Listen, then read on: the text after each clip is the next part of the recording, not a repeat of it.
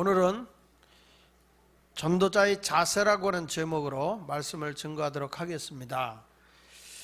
우리가 지난 시간에도 말씀했지만 우리 예수님께서 12제자를 택하시고 저들에게 가서 복음을 전파하면서 회개하라 천국이 가까웠다 라는 말씀을 전하라고 하면서 저들이 나갈 때 병든 자도 고치고 죽은 자를 살리고 나병한 자를 깨끗하게 하고 귀신을 쫓아내게 하는 능력을 주시면서 거저 받았으니 거저 줘라 이렇게 말씀을 하고 있죠. 그러면서 이 전도하러 나가는 자들에게 전대의 금이나 은, 동 또는 배낭이나 두보롯이나 신을 가지지 말고 그냥 나가라. 그러면 일꾼이 먹을 것을 얻는 건 당연한데 하나님께서 사람을 통해서 다 너희에게 주겠다라고 말씀하고 있는 것입니다. 여러분, 아무것도 없이 나간다고 하는 그 자체가 얼마나 두려운 일입니까?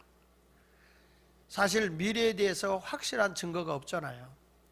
복음을 전하러 나간다. 저도 이제 목회를 개척하러 나가지만 누가 나한테 스폰서가 돼준다든지 뭘 이렇게 지원해준다 이런 것을 가지고 나가는 건 없어요. 나의 스폰서는 하나님밖에 없는 거예요.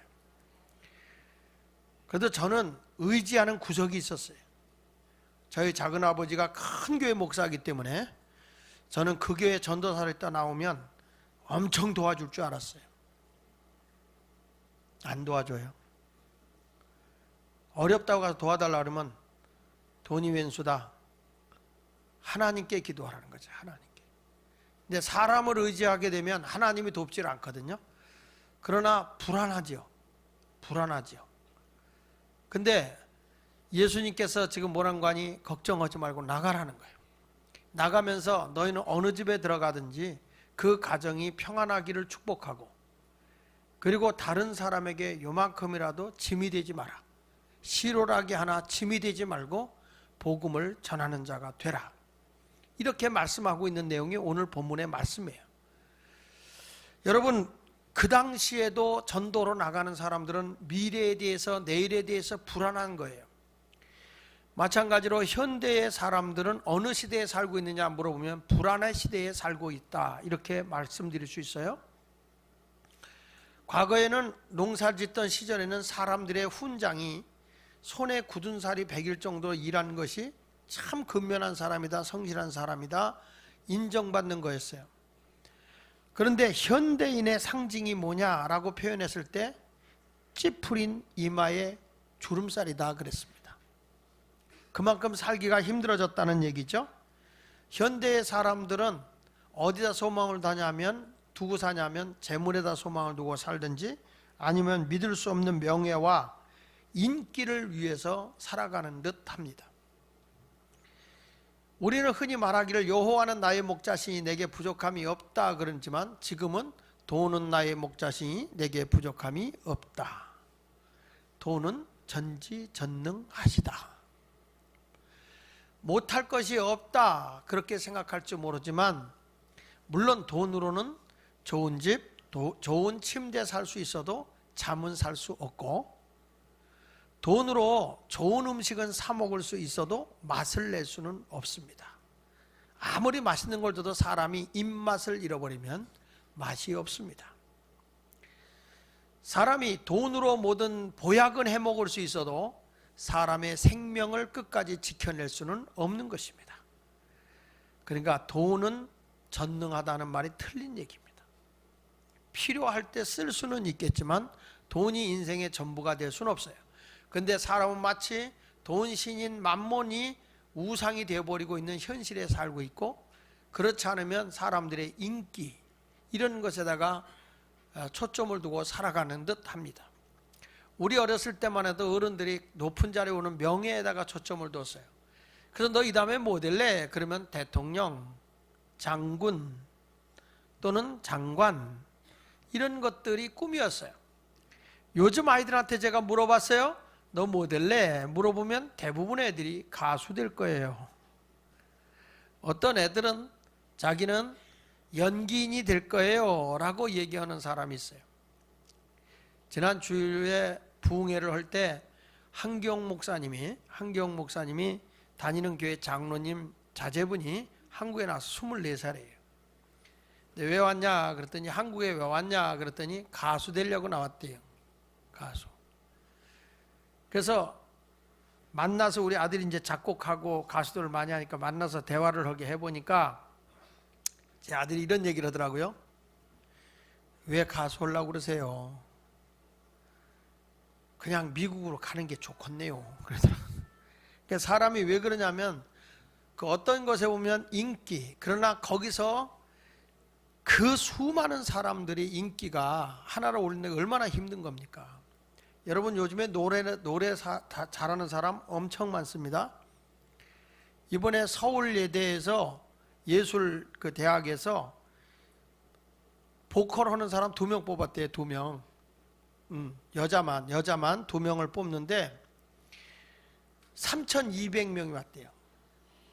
2명 뽑는데 3,200명이 왔는데 2명을 뽑았는데 여기 우리 교회가 세운 서울 실용음악학교 학생 2명이 붙어버렸어요. 이게 예. 그러니까 모든 학원들이 도대체 뭐냐, 이 예수마을께서는 이 서울 실용음악 고등학교가 뭐 하는 데냐 이 관심을 갖고 있고요. 학원들이요, 서울 실용음악 고등학교 입학하잖아요. 붙어요, 현수막이. 서울 실용음악 입학 누가 했다 이렇게. 여러분들은 우리가 세운 학교가 어떤 학교인지 모르지만 최고로 알려진 실용음악 고등학교예요. 이거 굉장합니다. 대단합니다. 이번에도 이중 합격한 학생들까지 뽑아보니까 약 94%가 대학 갔어요. 애들이.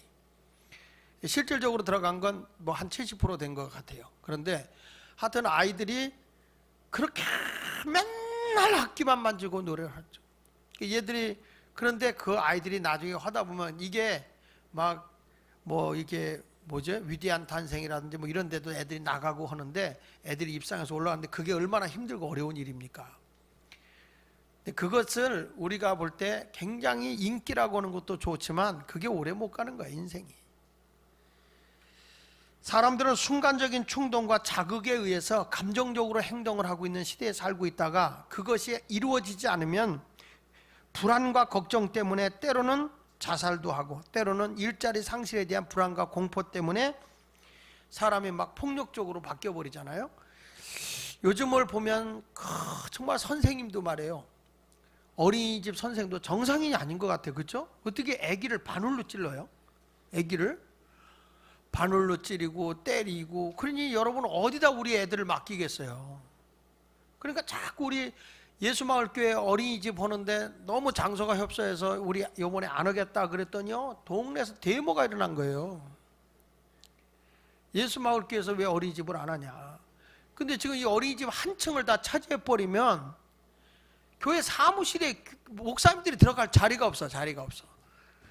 이런 것 때문에 고민을 하고 있는데 지금 애들을 믿고 맡길 데가 없다 보니까 이런 일들이 자꾸 일어나고 있는 것이 아닌가 이렇게 생각을 하게 됩니다. 여하튼 지금 시대는 불안의 시대에 살고 있습니다. 두려움의 시대에 살고 있습니다. 예수님이 다시 오신다면 이렇게 말할 거예요. 오늘 말씀과 같이 평안을 빌어줘라고요. 마치 목자 없는 양이 불안에 떨고 있듯이 하나님을 의지하지 않고 살아가는 이 세상은 불안 속에 살아갈 수밖에 없는 것입니다. 위대하신 하나님이 여러분에게 오늘도 어떤 삶을 살기를 원하느냐, 전도자를 내보내면서 어느 가정에 들어가든지 너희는 이렇게 하라, 그리고 전도자가 해야 할 일을 가르쳐준 내용이 오늘 본문이에요. 자, 그래서 첫째로 우리가 예수 믿는 사람으로서 남에게 예수를 전하기 위해서 내가 어떤 삶을 살아야 되느냐라고 얘기했을 때 평안을 빌어주는 자가 되라. 따라서 평안을 빌어줘라. 자, 12절 13절을 같이 읽어볼게요. 시작. 평안하기를 빌라. 그 집이 이에 합당하면 너희 빈 평안이 거기 임할 것이요, 만일 합당하지 아니하면 그 평안이 너에게 돌아올 거예요. 여기 합당이라는 단어를 머릿속에 두세요. 합당하면 너희가 빌어준 평안이 그 집에 임하지만 합당하지 않으면 평안이 안 온다는 거예요. 그러니까 이 전도자들이 하나님의 복음을 듣는 사람, 그러니까 그건 뭐 목사만이 아니라 여러분들도 마찬가지예요. 어느 집에 들어가든지 제일 먼저 그 집에 뭘 해야 되느냐? 평안의 축복을 선언하라, 이런 얘기예요. 그래서 우리 주님이 가르쳐준 이 평안을 빌라고 하는 말은 그냥 평안해라 이런 정도의 평안을 얘기하는 게 아니라, 저들이 들어가면서 히브리어로 평안을 빌어주는 게 이런 단어예요. 비르카트 하비아트. 따라합시다. 비르카트 하바이트. 다시 비르카트 하바이트. 카바이트가 아니고 하바이트예요. 하바이트. 이렇게 얘기하는 거예요. 비르카트 하바이트. 이렇게 빌어주라는 거예요. 이게 무슨 얘기냐면 그 가정을 향해서 축복을 빌어주는 기도문이에요. 그래서 어떻게 빌어주는가 하면 이런 거예요. 비르카트 하바이트라고 하는 말은, 따라서 한번 해서, 이 문을 통해 슬픔이 들어오지 않게 하시고 어려움이 없도록 하시고, 이 문을 통해 두려움도 들어오지 않게 하시고 다툼도 없게 하시고, 이 집이 기쁨과 평화의 복으로 가득 채워지게 하소서. 그런 뜻이에요. 그 뜻. 내가 이 집 문을, 대문을 들어가는데, 들어가면서 비르카트 하바이트라는 말을 쓰는 것은, 이 비르카트 하바이트라는 이 말은 하나님 이 문을 통해서 슬픔이 들어오지 않게 하세요. 이곳에 아무런 어려움도 없게 해주세요. 이 문을 통해서 아무 두려움도 오지 않게 하세요. 이곳에 어떤 다툼도 있지 않게 하소서. 이 집이 기쁨과 평화의 복으로 가득 채워지게 하소서. 그 뜻이에요. 그 뜻. 그러니까 딱 들어가면 그 비르카트 하바이트라는 말을 써줘서 진정한 평안을 빌어주는 겁니다. 근데 이스라엘 사람들은 항상 하나님을 의지하고 내가 하는 말은 반드시 응답의 열매가 맺어진다고 믿고 있었어요. 우리나라 말도 그러잖아요. 말은 뭐가 된다고? 씨가 되잖아요. 그 씨가 나중에 자라서 열매로 나타나는 것과 똑같이, 우리가 하나님을 의지하고 하는 말은 반드시 하나님이 열매를 맺게 해준다는 거예요. 그래서 우리가 말을 잘해야 돼요. 말을. 나쁜 말 하면 안 되고요, 좋은 말 해야 돼요. 언젠가 내가 얘기하잖아요. 한국 사람들, 할머니들이 말을 잘못해서 우리가 미국한테 강냉이 밀가루 빌어먹었다고. 그냥 할머니들이 화가 나면 그죠. 저 빌어먹을 놈, 저 빌어먹을 놈 그러잖아요. 그렇지 않으면 저 연병할 놈, 연병할 놈 그래가지고 6.25 끝난 다음에 연병으로 장티푸스, 콜레라 이런 게 나오고, 저 급살마저 뒤질 놈 그래가지고 일본 놈들한테 끌려가서 이유 없이 죽는 거예요. 이 급살이지 뭐예요. 그렇지 않으면 화가 나면 뭐라, 나가 뒤져라, 나가 뒤져라. 그래서 월남전에 나가서 젊은 사람이 많이 죽고, 그래도 이 정도 산 거는 코 풀 때마다 흥해라, 흥해라. 그래서 흥하게 됐다. 이런 얘기. 정말 말은 놀라워요. 그리고 옛날엔 진짜 코도 많이 나와서 흥해라, 흥해라. 그게 노래였어요. 어머니, 아버지 들어오면, 야, 이놈, 아이고, 더러운 놈, 흥해라, 흥해라.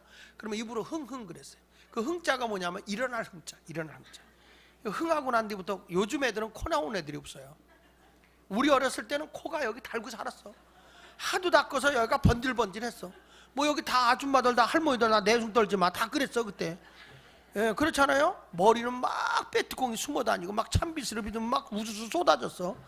그거 닦으면 막 툭툭툭 막 그럼 툭툭툭 이렇게 닦아 이렇게. 요즘 젊은이들은 이해가 안 되는 얘기지만 다 그랬어요. 그랬어요. 남자들은 왜 그렇게 또 머리에 그 소똥인 게 시커멓게 들어앉아가지고, 아유 징그러. 그랬어요. 그렇게 가난하게 살 때는 머리도 시커멓고 그냥 뭐 머리에 그 뭐죠, 땜통이라고 그래가지고 이런데 막 허옇게 이렇게 뭐 이렇게 피부병이죠. 그런 것도 막 생기고 그랬던 것이에요. 그때는 또 왜 부스럼도 그렇게 많았는지, 피부병이. 이제 그렇게 어렵게 살았던 우리 민족인데, 그래도 우리 민족이 지금에 와서 이렇게 여러분들 참 보면 뭐 이제는 허다못해 뭐 눈썹 파마까지 하는 시대가 돼버렸으니까 얼마나 살기 좋은 세상이 됐어요. 근데 이런 세상이 되었지만은 왠지 모르게 세상은 계속 불안하고 살기 힘들다는 소리가 나오고 있기 때문에, 우리 주님이 지금도 오면 우리에게 뭐라고 말하냐면 평안이 있을지어다 이렇게 말씀하는 거예요. 난 여러분들이 오늘 삼부 예배 참여하신 여러분들 모든 가정 후에 개인에게, 또 직장에서나 내가 살고 있는 삶의 그 영역 지역에서 평안이 넘쳐나기를 축원합니다. 성경의 빌립보서 4장 6절 이하 7절에 보면요, 이렇게 말씀하고 있습니다. 아무것도 염려하지 말고 다만 모든 일에 기도와 간구로 너희 구할 것을 감사함으로 하나님께 아뢰라. 그리하면 평강의 하나님이 그리스도 예수 안에서 너희 마음과 생각을 지키시리라.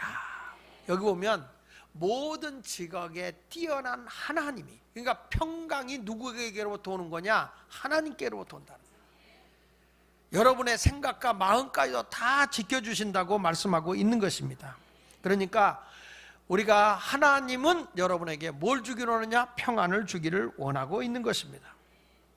여호수아 리프맨이라는 소설가가 쓴 평안의 마음의 평안이라는 책에서 주인공인 이 젊은이에게 한 노인이 이렇게 묻습니다. 뭐라고 묻는 거니? 그대가 원하는 소원이 무엇인가? 이렇게 물었어요.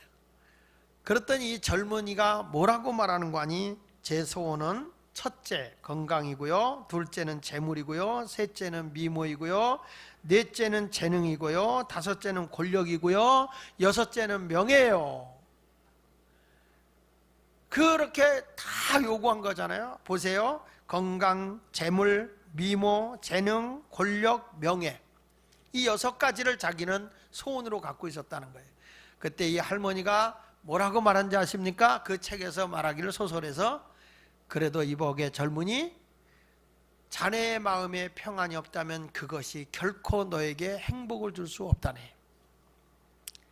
아무리 세상의 모든 걸 다 가져도 여러분의 마음속에 평화가 없다면 아무 소용이 없어요. 사람이 욕심을 부리면 평안함이 오지 않는 거잖아요. 그런 얘기 있지 않습니까? 어느 날 램프를 들고 가는데 갑자기 알라딘 램프에서 딱 거인이 나오더니, 주인님 소원 얘기하시면 한 가지만 들어드리겠습니다. 이제 이 사람은 소원이 3가지가 있습니다. 첫째는 돈이 있어야 되고, 둘째는 여자가 있어야 되고, 세 번째는 결혼이에요. 자, 결혼을 택할 거냐, 여자를 택할 거냐, 아니면 돈을 택할 거냐, 이 3가지를 택해야 되는데 다 놓칠 수가 없는 거예요. 그래서 빨리 얘기를 했어요. 돈, 여자, 결혼, 이렇게 했어요. 그래서 돈, 여자와 결혼을 했다는 거예요. 돈, 여자, 결혼, 그러니까 돌아버린 여자와 결혼을 시켜버리는 거죠. 이 동네 말귀를 못 알아듣는구만. 사람이 욕심을 부리는 것은 어리석음을 보여주고 있는 것입니다. 요한복음 14장 27절에 예수님이 말씀하기를, 평안을 너희에게 끼치노니 나의 평안을 너희에게 주노라. 내가 너희에게 주는 것은 세상이 주는 것 같지 아니하니라. 너희는 마음에 근심하지도 말고 두려워하지도 마라. 평안을 누가 주느냐? 예수님이 주신다는 거예요. 이것은 뭐냐?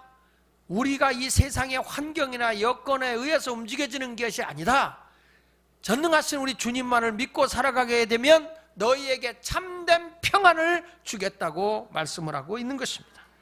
그러니까 두려워하지도 말라는 거예요. 염려하지도 말라는 거예요. 내일 어떻게 될까? 환경 속에서 그거 염려한다고 걱정될 게 없어요.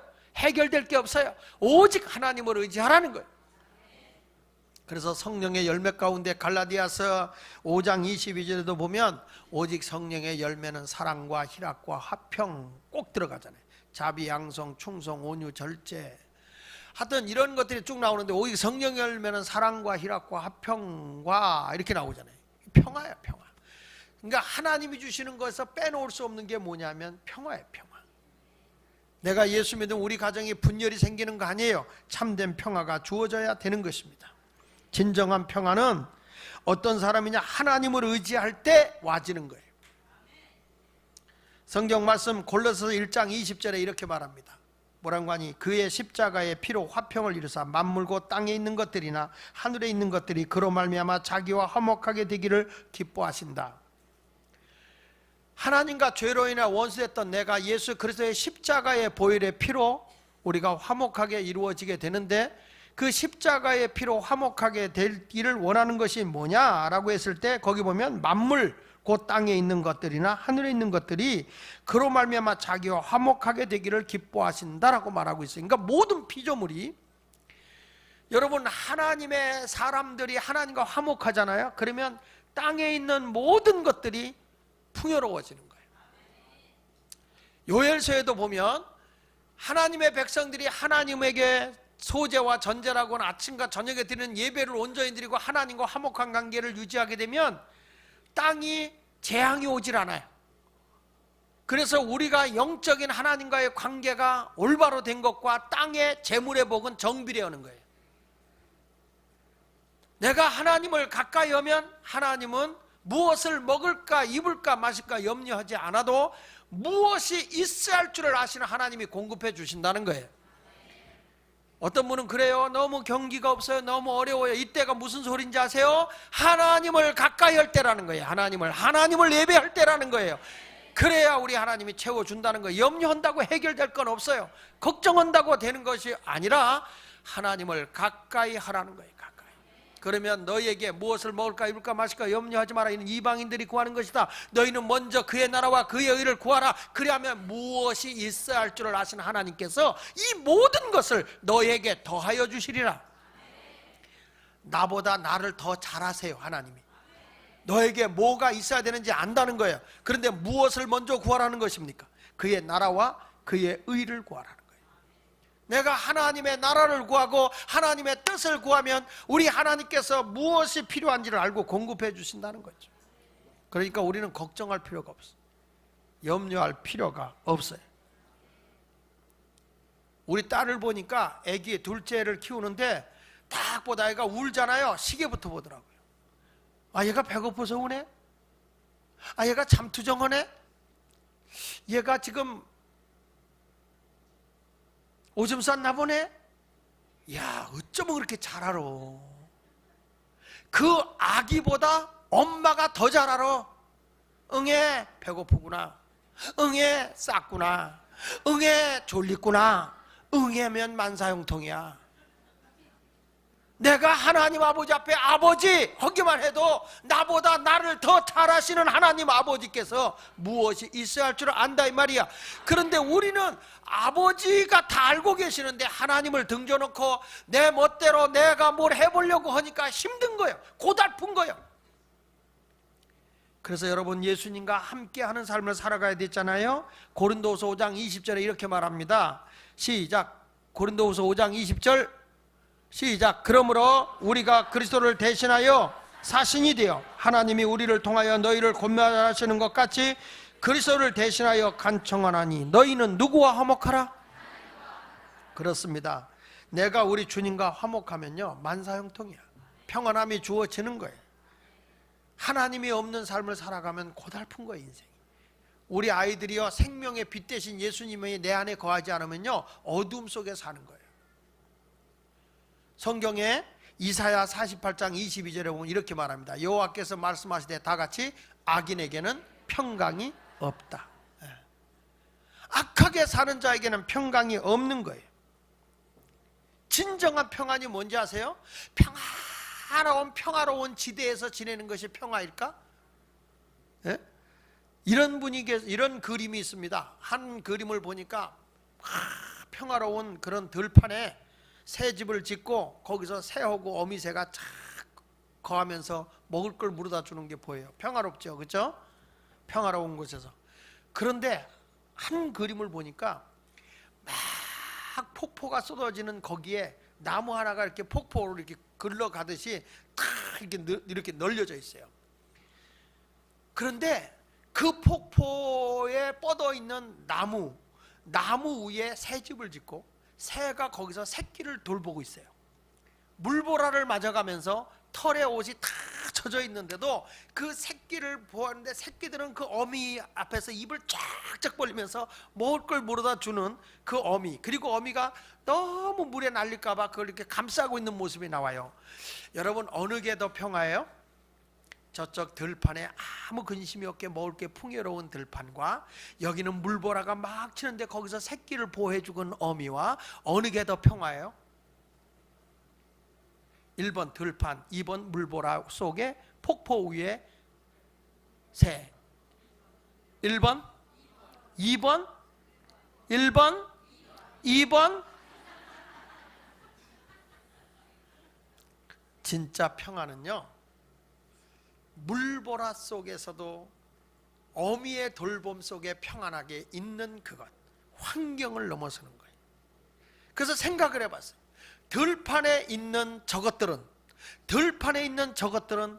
뱀이나 맹수들이 언제 들어올지 몰라요. 근데 물보라 속에서 팍 폭포 소리 날리고 그 속에서 새끼를 돌보고 있는 여기는, 거기에 절대 뱀이 겨울로 오지 않습니다. 그런 곳에 맹수들이 오지 않습니다. 진짜 평안은 거기에 있는 거예요. 환경이 나쁠 것 같은데 그게 나쁜 게 아니라 환경을 초월하는 게 진짜 평안이죠. 예수 믿는 사람은요, 조금만 좋으면 할렐루야 감사합니다, 주님 너무 고마워요. 그러다가 조금만 어려운 일 생기면 하나님이 계신 겁니까? 하나님이 계시면 이 모양으로 만들어 주시는 겁니까? 이렇게 하고 당장 원망하고 불평하는 사람이 예수 마을 교회는 없지만 주변에 있는 교회들은 참 많이 있습니다. 진정한 평안은 환경을 넘어설 수 있는 성도들이 되어야 하는 것입니다. 예수님께서 갈릴리 바다를 건너갔을 때 풍랑입니다. 막 바람입니다. 제자들은 죽겠다고 두려워 떨고 있을 때 콜콜 잠을 주무시고 계시는 분이 계셨으니 예수님이셨습니다. 제자들이 가서 예수님을 흔들어 깨웁니다. 예수님, 우리 죽게 된 걸 돌아보지 아니하시고 어째 잠만 주무십니까? 예수님이 일어나시더니 이런 말씀을 합니다. 바람아 파도여 잠잠하라. 고요해졌을 때 예수님이 제자들을 놓고 하는 말이, 믿음이 적은 자들아 왜 두려워하느냐. 주님이 나와 함께 하신다면요, 두려움이 없어요. 아기들이요, 자기를 지긋하게 사랑해주는 어머니, 아버지, 엄마, 아빠가 있는 곳에 있는 아이들은요, 월세방에 살든지 아파트에 살든지 대골집에 살든지 엄마 아빠가 노점상을 하든지 아니면 좋은 직장 다니든지 상관없어요. 그저 엄마 아버지 사랑 밑에만 있으면 행복한 거예요. 부족함이 없어요. 엄마 아버지 밑에만 있으면. 우리 인생도 마찬가지인 거예요. 하나님이 나를 사랑만 해주면 환경이 중요한 거 아니에요. 왜요? 나보다 나를 더 잘 아시는 아버지 하나님이 채워주시기 때문에. 왜 걱정하시나요? 왜 염려하시나요? 아직도 하나님이 나를 사랑한다고 믿지 못하기 때문에 그래요. 그래서 다시 한번 요한복음 14장 27절을 읽어보십시다.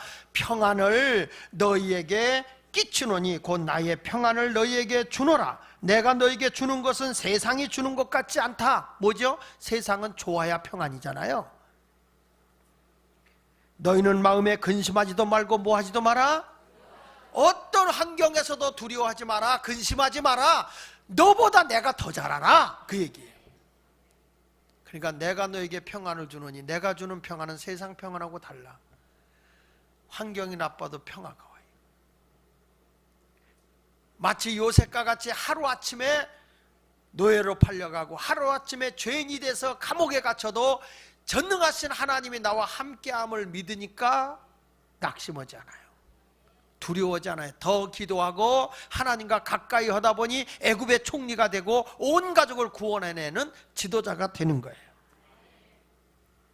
그래서 이사야 26장 3절에 이렇게 말합니다. 시작. 주께서 심지가 견고한 자를 평강하고 평강하도록 지키시리니 이는 그가 주를, 다시 그 끝에가 중요한 거예요. 이는 그가 누구를 신뢰한다? 하나님을 신뢰하니까 내가 너에게 흔들림이 없이, 어떤 환경에서도 심지가 견고하다라고 하는 이 말은 뭐죠? 마음의 뿌리가 견고하다. 이런 사람은 평강하고 평강하도록, 그 말은 완전한 평강이라는 거예요. 뭐 영원히 불변하시는 하나님을 신뢰하는 믿음만 내가 가지면 평강에 평강을 더하여 준다고 말씀하고 있는 거예요. 사람들은요, 조금만 힘들고 어려운 일 있으면 도망가려고 그래요. 자기가 조금 불편하잖아요. 도주하려고 그래요. 조금 부담감만 있으면 내가 여기 있을 필요 뭐 있어, 내가 편안한 데로 가야지. 그게 참된 평화가 아니에요. 여러분, 내가 도피에 가 있다고 평안해집니까? 어떤 사람은 너무 힘들다고 내가 오늘 이 괴로움을 잊어버려야지, 그리고 술을 밤새도록 퍼먹어서 환각상태에 빠져요. 그러나 깨어나면 그대로예요. 달라진 건 없어요. 그런데 주 안에 있는 사람은요, 이상해요. 환경은 그대로인데 평화로워요. 근데 내가 변화되잖아요. 세상이 바뀌어요. 세상이 변화돼요. 정말 놀라운 거죠. 오늘도 여러분의 마음속에 진정한 참된 평안이 주어지길 바랍니다. 그러니까 예수 믿는 사람은 어디 가든지 이 가정에 평안이 있을지어다. 내가 평안이 없는데 남을 평안하게 할 수 있간디? 남을 평안하게 해야죠. 그러기 위해서 내 마음이 평안해야 됩니다. 여러분 옆 사람 얼굴 보세요. 불안해하는 것 같아요? 평안해하는 것 같아요? 응? 악수하면서 얘기합시다. 평안하십시오. 하나님의 평강이 넘치기를 바랍니다. 되게 불안해하는 거예요. 어떤 분은 몸에 병이 왔다 금방 불안해하는 거예요. 막 얼굴에 그냥 완전 죽었어 벌써. 자기는 이런 병이 있습니다. 죽었어 벌써. 얼굴이 완전 그냥 시커매져가지고. 우리 하나님 있는 사람 그렇게 살면 안 돼요. 죽어도 천국에 살면 내가 여기 천국 생활하다 사는 거고, 어차피 인생은 죽는 건지 빨리 가냐 늦게 가냐 그 차이뿐이다 까짓 거. 그리고 이겨야 돼. 그러면 내가 기쁨의 업돼 보세요. 기쁨을 막 이렇게 살려내면요 몸에서 NKC라는 내추럴 킬러 셀이라는 세포가 막 나와. 살인세포가 나와서 암세포를 막 죽여버려. 근데 벌써 당신은 암이야 이런 사람 걱정하지 마. 내일 죽어. 사람은 하나님이 내 몸에서 저항체를 줘요. 스스로 그걸 이길 수 있는 저항 세력을 내 몸에서 만들어낸다고. 근데 어떤 사람이냐, 감사하고 행복해하고 기쁘면 병이 왔다 도망가는 거예요. 막 웃어보세요. 웃으면 거기서 엔돌핀이 나와서 자연 진통제 노릇을 하기 때문에 통증이 없어진다는 거예요. 사람이 아프고 나면 금방 얼굴이 수습해요. 아까도 간암 초기다 그래서 한 분이 왔는데 딱 들어오니까 얼굴이 벌써 검은 구름이 꽉 껴있는 거예요. 벌써 눌린 거예요. 근데 딱 여기서 기도받고 났더니 얼굴이 금방 또 환해지는 거예요. 인생은 어차피 죽잖아. 차이야. 조금 더 일찍 가냐 늦게 가느냐 차이고, 알고 죽느냐 모르고 죽느냐 차이인데 안다는 거 나온 거예요. 가다가 교통사 팍 가서 죽는 것보다 낫잖아. 준비할 수 있는 시간도 있고 그렇잖아요. 어차피 죽을 사람은요 물 숫자 써놔도 그리고 죽어요. 물에 빠져 죽을 사람은. 살 사람은요 자동차가 완전 찐빠가 됐어. 완전 이건 뭐 밀가루 그 수제비할 때 민 것처럼 이게 완전히 내끌었어요. 근데 가보니까 살아났어요. 어디 살았는지 아세요? 부딪히는 순간에 두 사람이 창문으로 튀어나왔어. 그래서 한 사람이 있어. 그러니까 살 사람은요 이 사고도 살고 저 사고도 살아. 죽을 사람은요 찌그러지지 않았는데 그냥 죽었어. 어떻게 죽었냐? 부딪혀가지고 앞에 거 부딪혀서 그냥 죽은 거예요. 그러니까 죽을 사람은 그래도 죽고요, 살 사람은 별짓을 다 해도 살아. 그러니까 주님께 맡기고 살아. 입술로만 사나 죽으나 주님의 것이요, 사나 죽으나 이러면서 막 신세 타령하지 말고 평안을 누리시고 평안을 빌어주는 자가 되시길 바랍니다. 할렐루야. 두 번째 가서는 전도자는 절대 부담을 주는 사람이 되어서는 안 돼요. 여기 성경에 이렇게 말하죠. 14절에 보니까 마태복음 10장 14절 시작. 누구든지 너희를 영접하지도 아니하고 너희 말을 듣지도 아니하거든 그 집이나 성에서 나가 너희의 발에 먼지를 떨어버리라. 내가 아무것도 가지 않고 그 집에 갔는데 그들이 영접하지 않으면 괜히 개겨가 붙어서 빌붙어서 자꾸 부담을 주는 사람이 되지 마라. 실오라기 하나 먼지 하나라도 딱 떨어버리고 부담 주지 말고 나오라는 거예요. 그게 복음의 자세예요. 히브리인들은 당시에 이스라엘 사람들은 광야에서 살잖아요. 우리나라처럼 이렇게 가다 하면 동네가 있는 게 아니고 사막지대이기 때문에 오아시스나 물이 있는 데만 동네가 있어요. 근데 그런 데 가려면 어떤 때는 동네를 만나려면 3일 길을 걸어가야 만날 때도 있다고요. 그러니까 이 시대는 어떤 것이 예의였냐면은 자기 집 앞에 사람이 지나가면 자기 집에 모시고 3일 동안 물과 양식을 주어서 새 힘을 얻고 걸어갈 수 있도록 해주는 그런 것이 그 시대의 예의였어요. 그런 사람만이 하나님의 복을 받는다라고 하는 게 이스라엘 사람들의 사고였습니다. 그러니까 성경에 보면 아브라함 같은 사람도 자기 집 앞에 사람 셋이 지나갔을 때 뛰어나가서 절하면서 내가 하나님께 은혜를 입은 자로 알거든 그냥 지나가지 마시고 우리 집에 유하셔서 좀 마음을 상쾌하게 하신 후에 건강을 회복하신 다음에 지나가세요. 이렇게 간청을 하잖아요. 또 롯도 마찬가지예요. 롯도 자기 집 앞에 천사들이 지나갔어요. 사람이 지나갈 때 자기 집에 모셔들었습니다. 근데 동네에서 소돔과 고모라 성은 막 동성연애가 판을 치고 있었던 시대이기 때문에 사람이 들어갔다니까 그 사람들 끄집어내라고 그런 거예요. 그때 롯이 뭐라고 그래요? 손님을 잘 대접하는 것이 하나님의 복을 받는 건데 이런 일을 해서는 안 된다. 그래서 차라리 내 딸을 줄 테니까 내 딸을 너희가 데리고 가더라도 이 손님한테는 손대지 마라. 그 당시의 문화가 자기 집에 오는 손님을 잘 모시는 것이 최고의 영광으로 알았습니다. 이런 영광으로 알고 있는 그때에 이제 예수님께서 제자들을 내보내면서 너희들이 가거든 그 집에 유하라. 그래서 너희를 기쁨으로 받아들이면 너희가 빈 평안이 그 집에 임할 거지만 저들이 그런 마음의 준비가 안 돼 있으면은 너가 빌어준 평안이 너에게 돌아올 것이고 그리고 그 집에 들어가서는 절대적으로 먼지 하나도 묻히지 말고 나와라. 참 중요한 거거든요. 이 목회자들은요 어느 집에 가든지 성도들에게 자꾸 부담을 줘서는 안 돼요. 아무것도 아닌데 가서 칭찬한다고 아유 이 물건 참 좋다 그러면은 달래는 것 같아. 그렇죠? 그 부담스러운 거예요. 그러면 전도사님 가져요. 그러면 뭐랬는지 아세요? 가져도 돼요. 그리고 낼름 집어가는 이런 못된 인간들도 있어요. 그냥 차라리 못 가져갈 거를 칭찬하세요. 못 가져갈 거를. 아이고 집사님 오늘 혈색이 참 좋아 보이고 아름다워 보여. 이건 못 가져가잖아. 이런 칭찬을 해야 되는데 오늘따라 애가 참 현명해 보이네요. 애가 참 잘 컸네요. 이렇게 좋은 말로 칭찬해요. 어저께 제 후배 목사 우리 교회에서 부흥했던 하근수 목사가 딸 결혼식을 하더라고요. 결혼식으로 가는데 아버지가 이제 데리고 들어가는데 깜짝 놀랐어요. 선글라스를 끼고 들어가는 거예요. 목사님이 선글라스를 딱 끼고 신부를 붙잡고 들어가는 거예요. 그래서 내가 딱 속으로 이제는 안 보겠다는 거구나. 시커먼 선글라스 끼고 들어가더라고요. 난 알아요. 왜 그런지 아세요? 눈물을 안 보이려고 쓴 거예요. 선글라스를 끼고 들어가요. 근데 그 아버지가 주례를 하는데요 아주 멋있는 말을 하더라고. 첫 마디가 뭐죠? 너 내 딸 데려가는데 속 썩이면 너 죽는다. 이게 주례사야. 진짜 솔직한 주례사잖아요. 너 내 딸 속 썩이면 너 죽는다 이런 거예요. 아주 교인들이 얼마나 웃었는지 몰라. 그러다가 또 주례사를 몇 마디 하다가 너 내 딸 속 썩이면 죽어 또 이래 몇 마디를 하더라고요. 그러면서 아주 분위기를 참 잘 이끌더라고요. 근데 결국에는 아버지가 울더라고.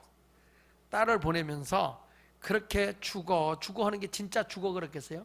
주 안에 있어 그런 말이겠지. 딸을 보내면서 아버지 마음이 그런 것 같아요. 안쓰러우니까 이 딸이 시집가서 자기는 아버지나 친정 엄마 밑에서는 얼마나 사랑받고 컸어요. 그곳에 가서 자기가 남편 섬기고 또 낯선 곳에 가서 다 해주고 섬길 걸 생각하니까 가슴이 아프지 않겠어요? 저도 그러더라고. 우리 교인들 애 낳으러 갈 때 기도해주면 아프지가 않았어.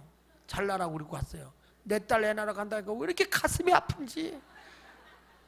목이 메이더라고. 목이 메요. 얘가 가서 아이고 얼마나 힘들까 생각하니까 그게 아마 솔직한 마음인 것 같아요. 미안해요. 아기 낳는 엄마들한테 미안해요. 다음엔 가슴 아프게 해볼게 한번. 근데 이렇게 그 자기 집에 온 사람에게 진심으로 이렇게 영접을 해주고 사랑을 해주고 또 그런 자에게 축복을 해주는데 전도자가 갔을 때 그 사람에게 부담을 줘서는 안 된다고요. 여러분 신방을 가는 것도 평안을 빌어주러 가는 거거든요. 목사들이 가서 여러분들 신방 간다는 헌금을 수금으로 가는 게 아니라고요. 진심으로 축복을 빌러 가고 여러분들은 축복받음을 감사해서 하나님께 드리는 거지 자꾸 목회자들이나 이런 사람들이 신방을 부담을 주어서는 안 된다고요. 부담을.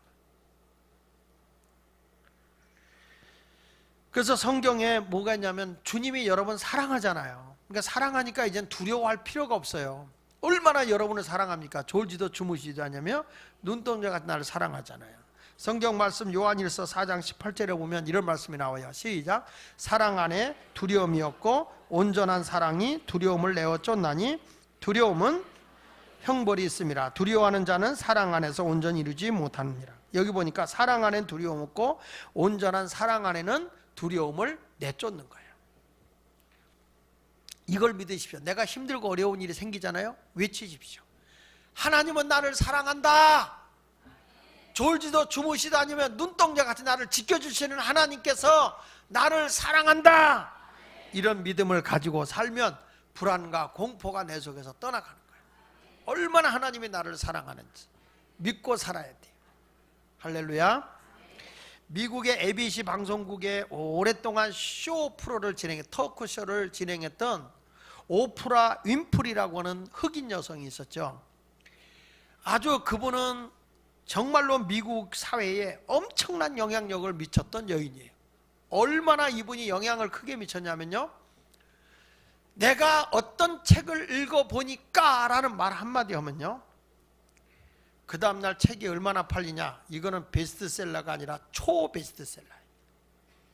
책이 품절나서 못 팔 정도로 그 사람의 말 한마디는 미국 사회를 움직여버렸어요.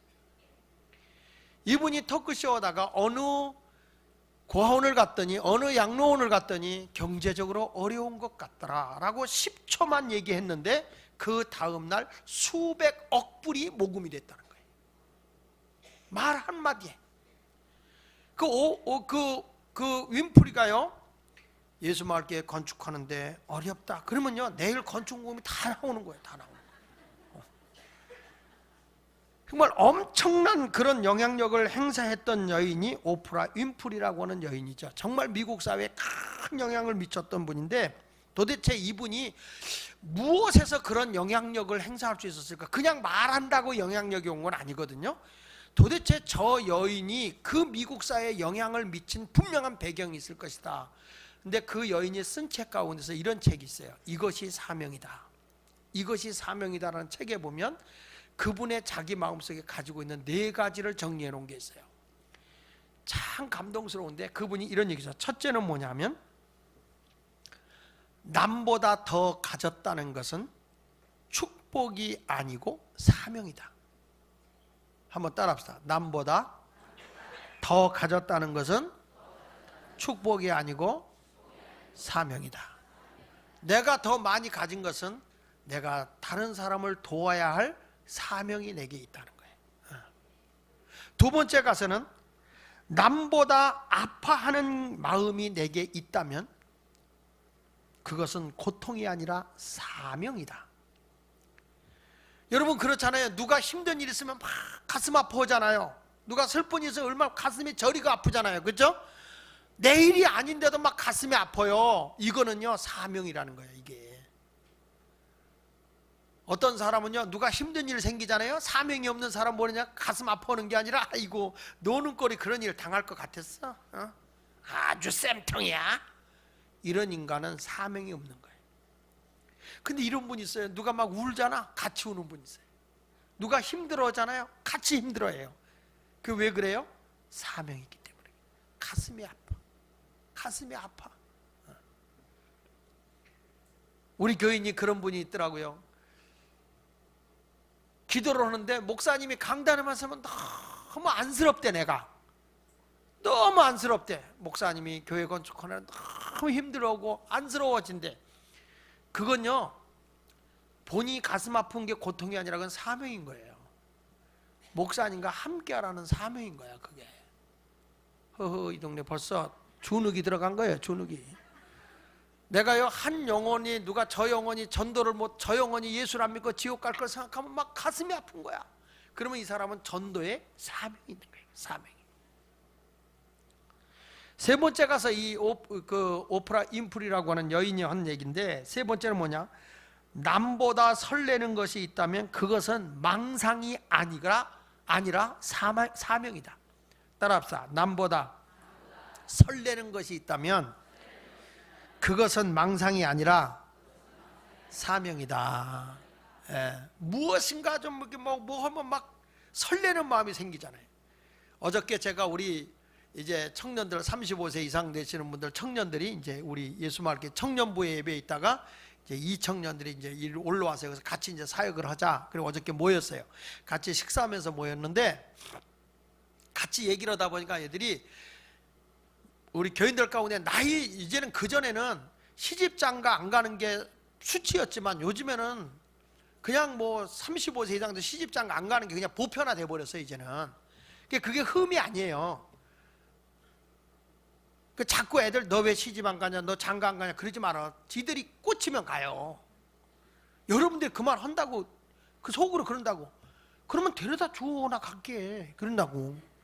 못 가는 분들은 더 가슴 아프잖아. 그러니까 그런 얘기 하지 말고 아이고 싱싱해서 좋다 그러세요. 그러니까 얘 아이들이 이제 앞으로 우리 청년들을 보면은 뭐란가니 교인들 가정 가운데 나이 들어서 좀 부끄러워서 못 오는 분들이 많거든요. 특별히 여자들은 그래도 나오는데 남자들은요 정말 그 내가 무능해서 장가 못 갔나 이런 자괴감 같은 게 있어가지고 교회를 못 나오는 경우가 많아요. 그러니까 그룹으로 다니며 자기들 다 전도하겠대. 그러면서 막 어저께 보니까 막 부풀어 올랐어. 우리 이 제2청년이 100명을 우리가 한번 만들어 볼게요. 막 설레는 거예요. 막 열정이 나오는 거예요. 그래서 옆에 있다 보니까 너무 좋은 거야. 그게 뭔지 아세요? 그게 사명인 거야. 설레는 마음이 사명인 거예요. 나는 우리 어른들도 가서 내가 밥 사줘 봤거든. 여러 번 밥을 사줬어요. 근데 설레는 마음들이 얘기를 안 해요. 그들은. 근데 청년들과 밥을 먹으니까 막 설레는 마음이 있는 거야. 그래서 누구랑 같이 얘기하면 좋겠냐 그랬더니 청년들이 그동안에 같이 있었는데 우리가 예수마을교 어른들 학교 와서 어른들과 우리들과 같이 이게 조화를 엮어줄 수 있는 사람이 있으면 좋겠다는 거예요. 누구냐? 나는 이 사람 했더니 시큰둥해요. 몇 사람 얘기를 하는 게 시큰둥해요. 너희들 얘기해봐라 그랬더니 그 전에 우리 맡았던 임성훈 장로님이 해줬으면 좋겠다고. 그래서 어른들과 이렇게 잘 어울리게 이렇게 엮어서 사역을 할 수 있도록 해줬으면 좋겠다고.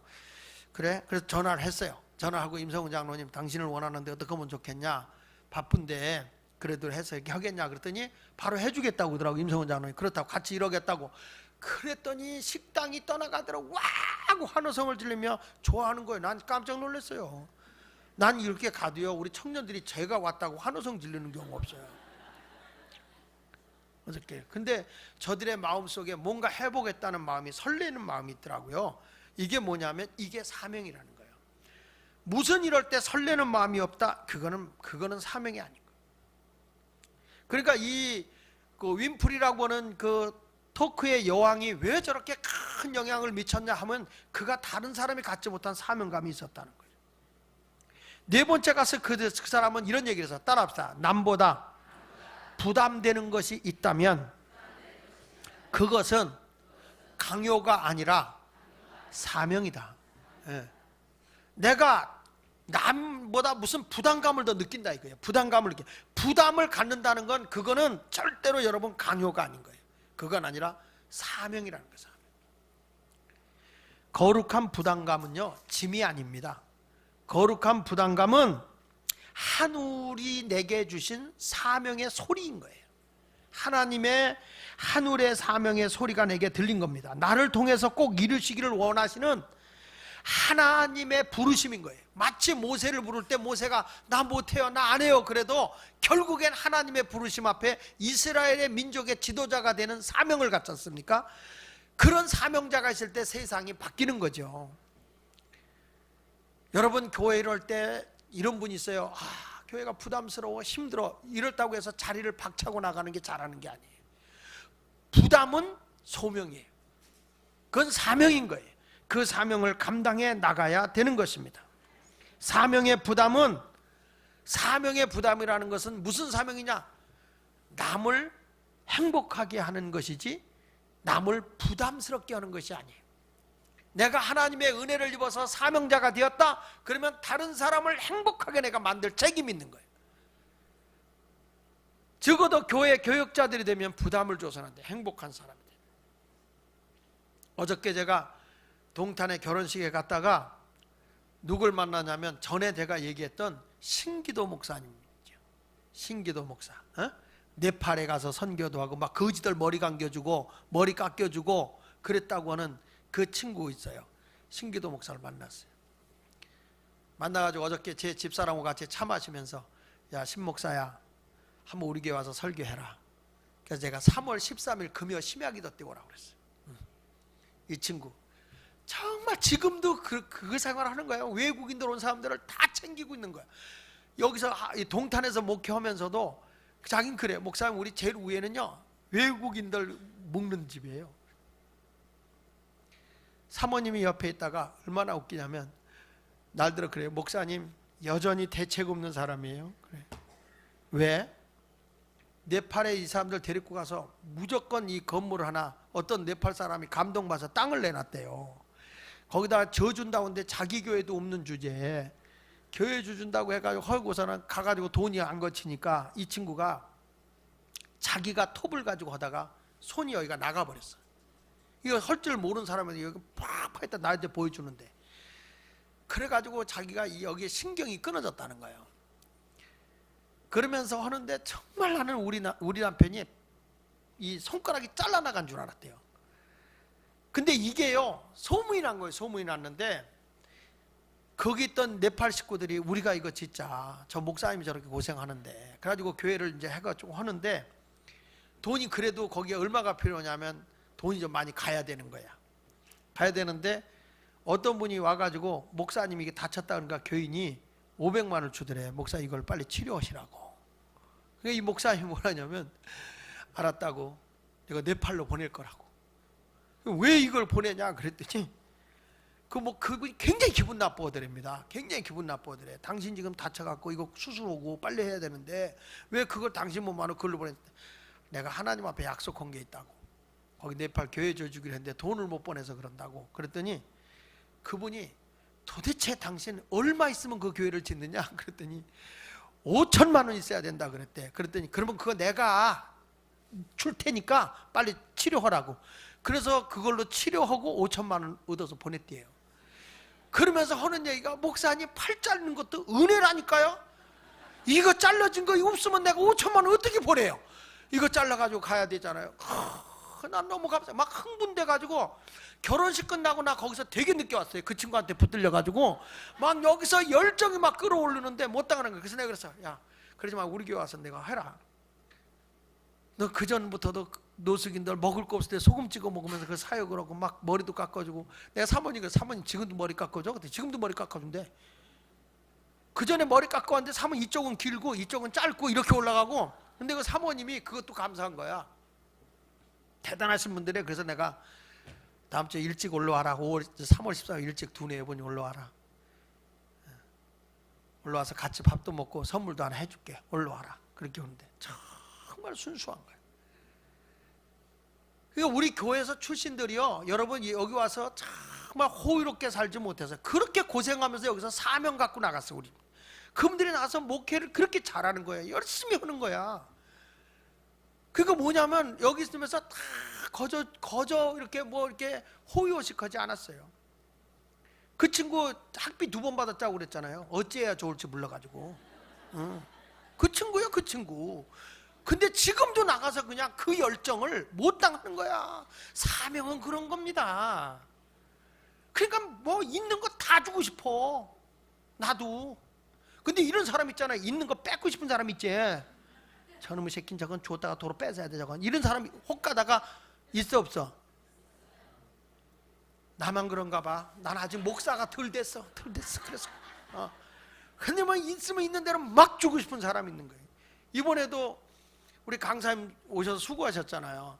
수고해서 우리가 미국에서 오신가 비행값 드려야 되잖아요. 드렸더니 그분이 그걸 건축원금으로 내놓고 가버렸어요. 목사님 내가 어려운 거 압니다. 목사님 이렇게 힘든데 내가 어디 여기서 사례비를 받겠어요. 목사님 건축비입니다. 그리고 놓고 갔어. 아유, 그러니까 또 빚을 진 거야 내가. 다 빚이지 뭐예요. 나는 어디 가도 왜 이렇게 빚을 많이 져야 되냐고. 하나님께서 여러분 아무리 힘들고 어려워도 나를 사랑하고 계세요. 사랑하는 부모 밑에 있는 자식은 걱정이 없어요. 그저께 우리 손녀딸이 왔어요. 저희 할머니가 얼마나 놀아주는지. 나하고도 한참 놀았어요. 잠자리에 들었어요. 할머니하고 같이 자고 엄마는 저쪽에 가서 자는 데가 엄마 부르는 거예요. 할머니 있잖아. 필요 없어요. 사탄아 물러가라. 난 엄마가 필요하다는 거예요. 엄마. 그래서 내가 가서 달래봤어요. 우는 거예요. 엄마가 가니까 그때 잠자는 거예요. 여기서 진리를 깨닫는 거예요. 하나님이 나를 사랑하면 누가 옆에서 뭐 이러쿵저러쿵 필요 없어. 그 사랑 안에 모든 게 다 있는 거예요. 걱정하지 마세요. 애들은 큰 집 작은 집, 돈 많이 벌고 적게 버는 거 상관없어요. 아버지 엄마의 사랑만 있으면 행복한 거예요. 우리 인생이 그런 거예요. 하나님의 사랑만 있으면 부족함이 없는 거예요. 다 행복한 거예요. 아직도 예수 믿으면서 행복이 없이 살아간다는 것은 하나님의 사랑이 내게 아직도 가득 채워지지 않아서 그런 거예요.